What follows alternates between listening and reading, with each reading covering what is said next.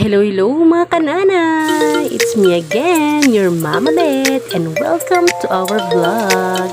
For today's video mga kananay ay magluluto tayo ng isang murang ulam recipe na talaga namang pwede mong kainin kapag umaga, tanghali, merienda, isama mo na pati ang hapunan. Dahil ang ating ulam for today ay talaga namang napakasarap at comfort food. Kaya naman pwede mo itong kainin